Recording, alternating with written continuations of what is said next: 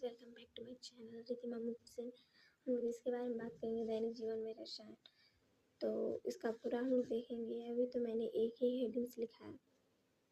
तो हम बात करते हैं ड्रग्स को इंग्लिश तो दूसरा हेडिंग आता है तंत्रिकीय सक्रिय औषधि। हम लोग बात करते हैं तंत्रिकीय सक्रिय औषधि। इसकी परिभाषा देखते हैं, ठीक है। इसे इंग्लिश में कहते हैं न्यूरोलॉजिकल, ठीक है। हम लोग न्यूरोलॉजिकल के बारे में बात करेंगे। तो इसकी परिभाषा देखते हैं। तो इसकी परिभाषा है वे रसायन जो शरीर में पहुंचकर तंत्रिका के कार्य पर प्रभाव डालते हैं।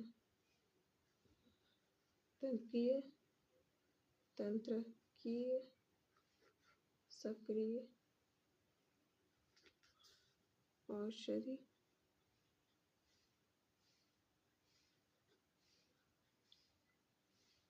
कहलाते हैं, ठीक है। तो इसका परिभाषा देखेंगे। वे रसायन जो शरीर में पहुंचकर तंत्रिका के प्रभाव डालते हैं। मुख में गया, शरीर में पहुंचा, और ये यहाँ पे जो माइंड वाला तंत्रिका तंत्र वाला है, इसके कार्य को प्रभाव डालते हैं, ठीक है। उसे तंत्रिकीय सक्रिय औषधि कहते हैं। जो प्रशांतक और पीड़ाहारी है, तो पहला है इसका पहला प्रशांतक। इसको इंग्लिश में कहते हैं ट्रैंक्विलाइजर्स, ठीक है। इंग्लिश में से ट्रैंक्विलाइजर्स कहते हैं। औषधि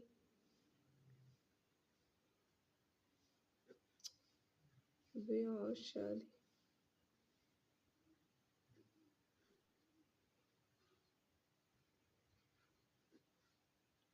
उपयोग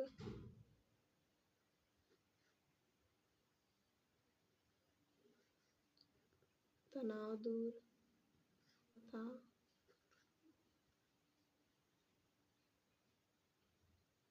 मानसिक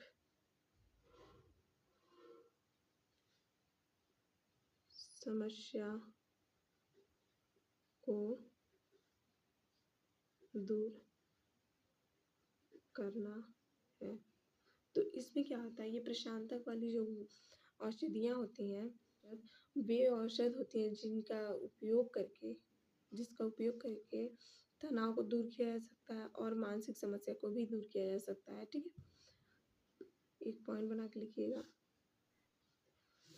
यह नींद की गोलियों का मुख्य घटक है। तो इसका उदाहरण भी देख लीजिएगा। उदाहरण ही पेपर में पूछा जाता है। उदाहरण, ठीक है। तो उदाहरण में पहला है इक्वेनिल।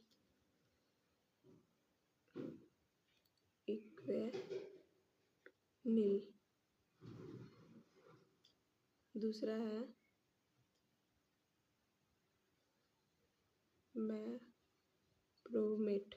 मैप्रोमेट। तीसरा है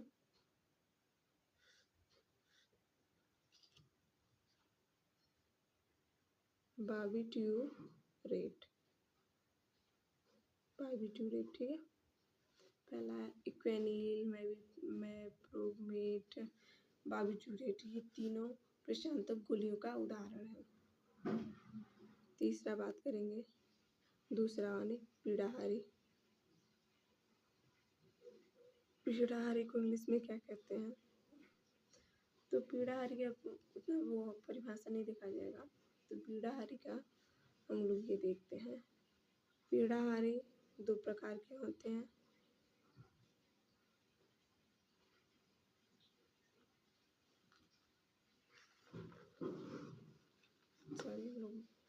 आगे थोड़ा कर लेंगे। पीड़ाहारी दो प्रकार के होते हैं। पहला अस्वापक, दूसरा होता है स्वापक। पीड़ाहारी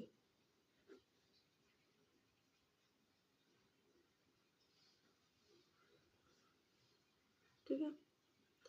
तो इसकी परिभाषा देखा जाए तो स्वापक में क्या होता है। अश्वापक पहले देखते हैं। अश्वापक वे औषधि होती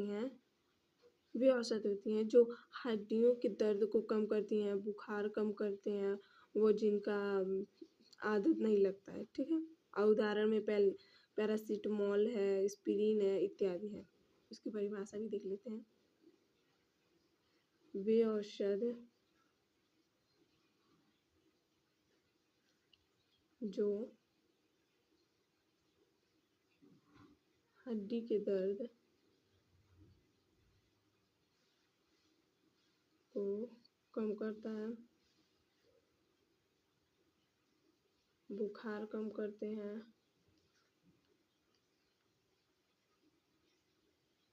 ठीक है, बुखार को कम करते हैं, वे जिनका आदत नहीं लगता है,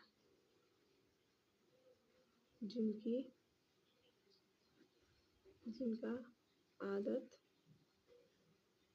नहीं पड़ता है।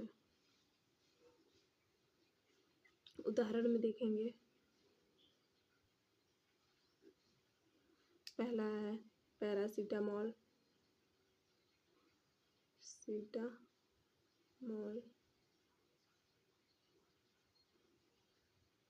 दूसरा है एस्पिरिन।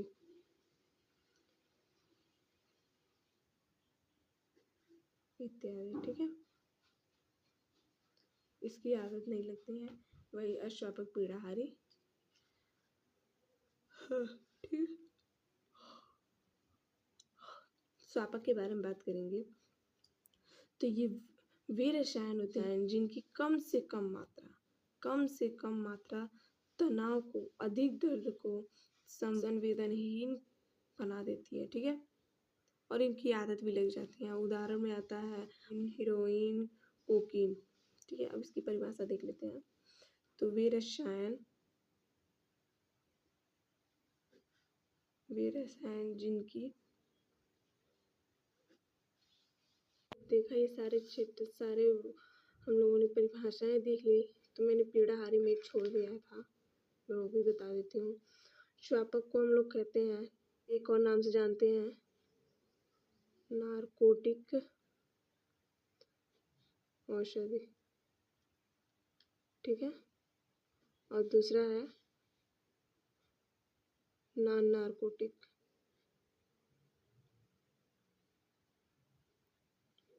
औषधि।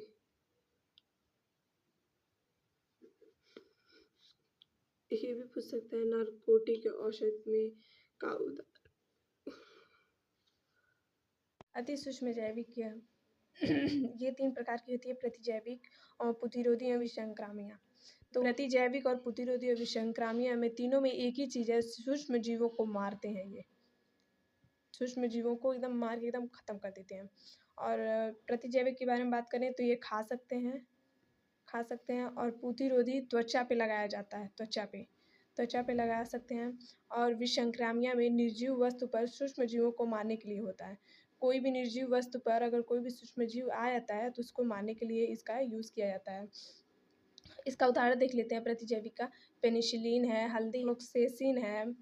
ठीक है। और प्रतिरोधी का I2 का इसका उदाहरण है प्रतिरोधी का उदाहरण है I2 का टिक्चर, आयोडीन का। I2 का मतलब होता है आयोडीन का, और हल्दी भी है। विसंक्रामिया क्या है? विसंक्रामिया का उदाहरण देखते हैं। 1% फिनाइल विलियन में होता है, और दूसरा है 0.2 सल्फर डाइऑक्साइड ppm पर विलियन का होता है। अब हम बात करते हैं भोजन में रसायन। ठीक है। भोजन में रसायन तो कृत्रिम मधुरक। इसको इंग्लिश में क्या कहते हैं? आर्टिफिशियल। अब हम बात करते हैं भोजन में रसायन। ठीक है, भोजन में रसायन। कृत्रिम मधुरक। इसको इंग्लिश में क्या कहते हैं? Artificial sweetener. ठीक है, आर्टिफिशियल स्वीटनर। तो आर्टिफिशियल स्वीटनर में क्या होता है? वे रसायन जो मानव निर्मित होते हैं, तो उसमें क्या होता है? खाद्य और पेय पदार्थों के मीठापन के लिए कार्य करते हैं।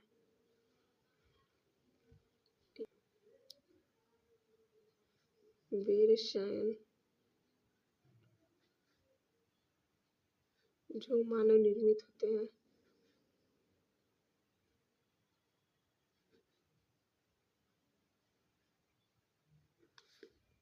दूसरा है वो पेय पदार्थ में मीठेपन के लिए कार्य करते हैं।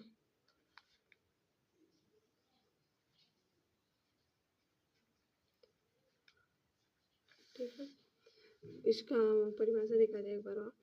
कृत्रिम मधुरक वे रसायन जो मानव निर्मित होते हैं और इनमें क्या होता है? खाद्य पेय पदार्थ में मीठेपन के लिए कार्य करते हैं।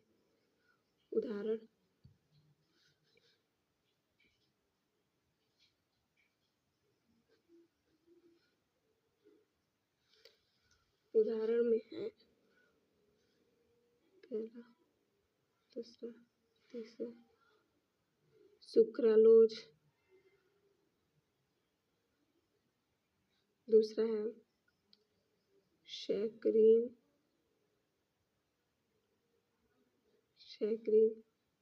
तीसरा है एलिटेम।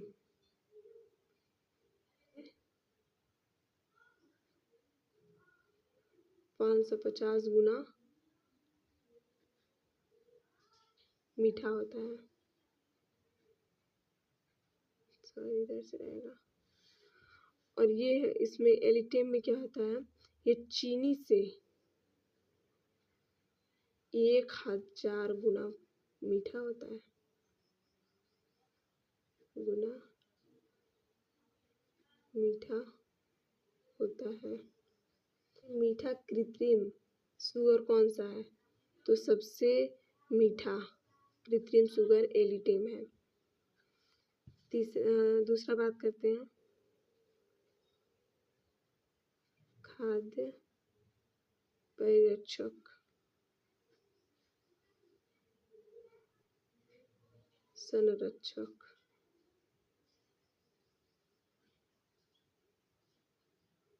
फूड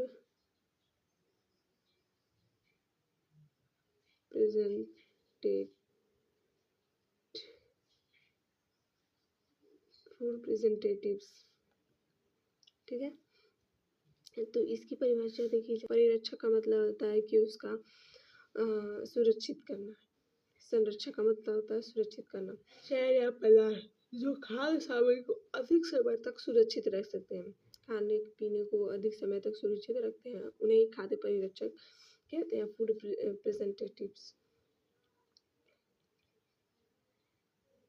ये वे रसायन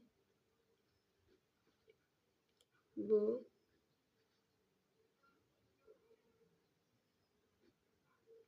पदार्थ जो खाद्य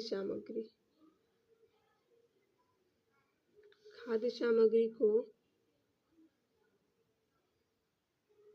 अधिक समय तक सुरक्षित रखते हैं। ये सूक्ष्म जीवों से खाद्य सामग्री सामग्री खाद्य सामग्री की सुरक्षा करते हैं।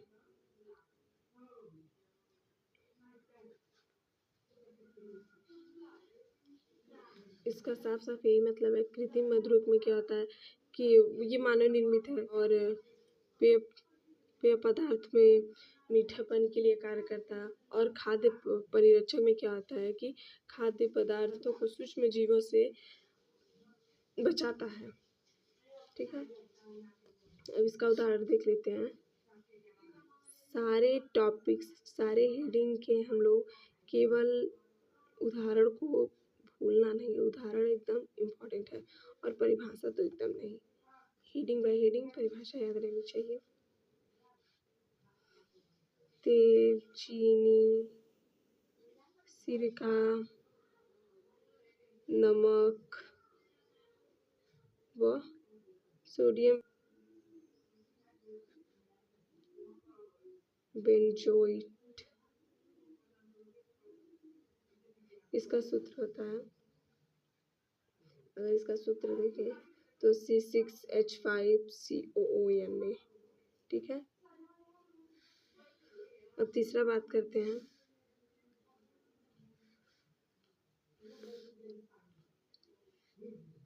तीसरा है प्रतिआक्सीकारक। प्रतिआक्सीकारक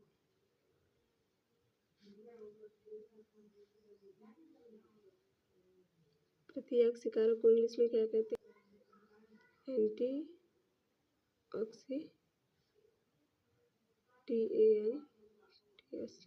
ऑक्सीडेंट्स। तो वे रसायन होते हैं के आसपास ऑक्सीजन की उपलब्धता को समाप्त करके सूक्ष्म जीवों का कार्य रोक देते हैं।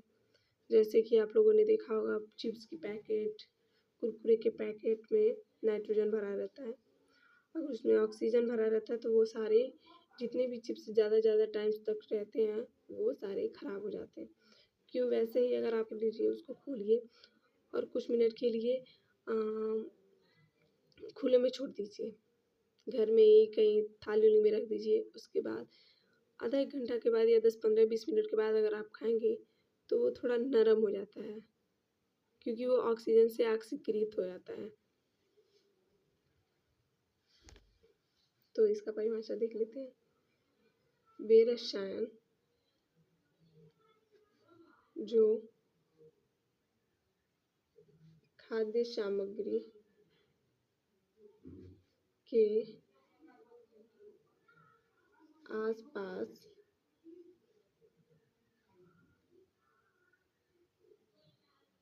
ऑक्सीजन की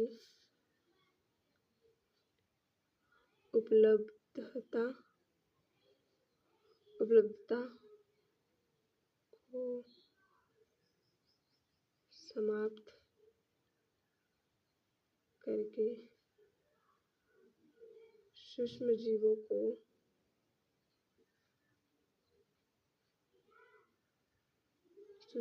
का कार्य रोक देते हैं, प्रतिआक्सीकारक कहलाते हैं। तो इसके उदाहरण के लिए हम लोग बात करेंगे। उदाहरण में आता है BHA व BHI। इसका फुल फॉर्म देखेंगे, ब्यूटाइलेटेड हाइड्रॉक्सी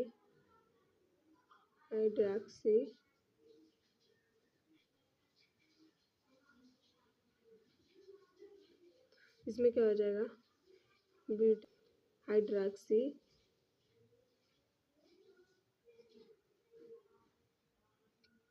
टॉलुइन। ठीक है, अब हम लोग बात करेंगे। ऐसा माना जाता है विटामिन ई को प्रतिआक्सीकारक कहते हैं।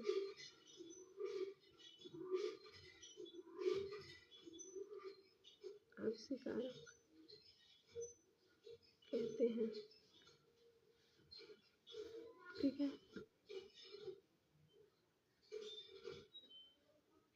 से संबंध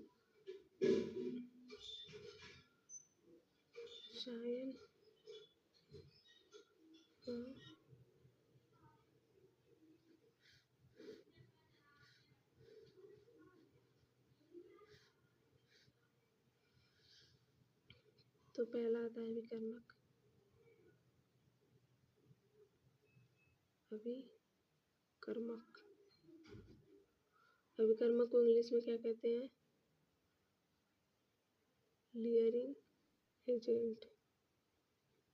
जिसमें आता है साबुन और डिटर्जेंट,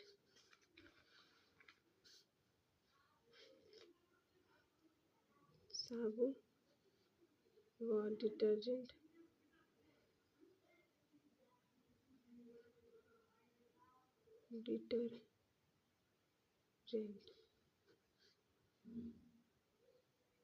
ठीक है।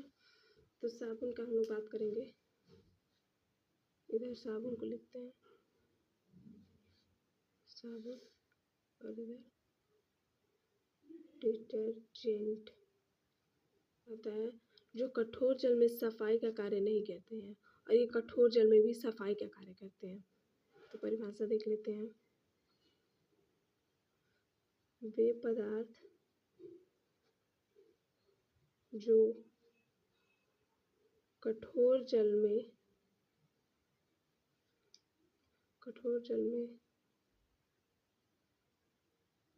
सफाई का कार्य नहीं करते हैं।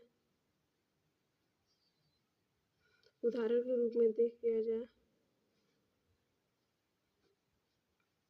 उदाहरण में है C17H35 COONA, C15H31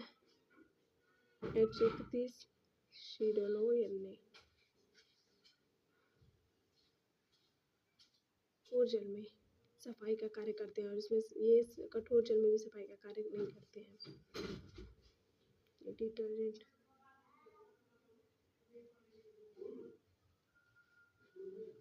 डिटर्जेंट 3 प्रकार की होती हैं, एक धनात्मक, एक ऋणात्मक, एक उदासीन।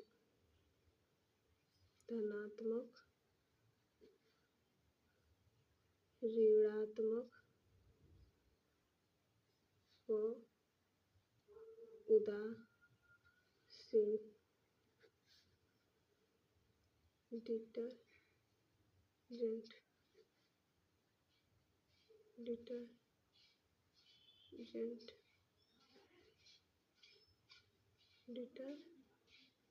डिटर्जेंट। धनात्मक डिटर्जेंट, ऋणात्मक डिटर्जेंट और उदासीन डिटर्जेंट। और इतने पे ही सारा चैप्टर कंप्लीट होता है। और ये वन शॉट है, और इसमें से सारा क्वेश्चन, बहुत सारे क्वेश्चन उठाए जाते हैं। अगर आप लोग बात करें तो मैं MCQ भी करा दे रही हूँ अभी।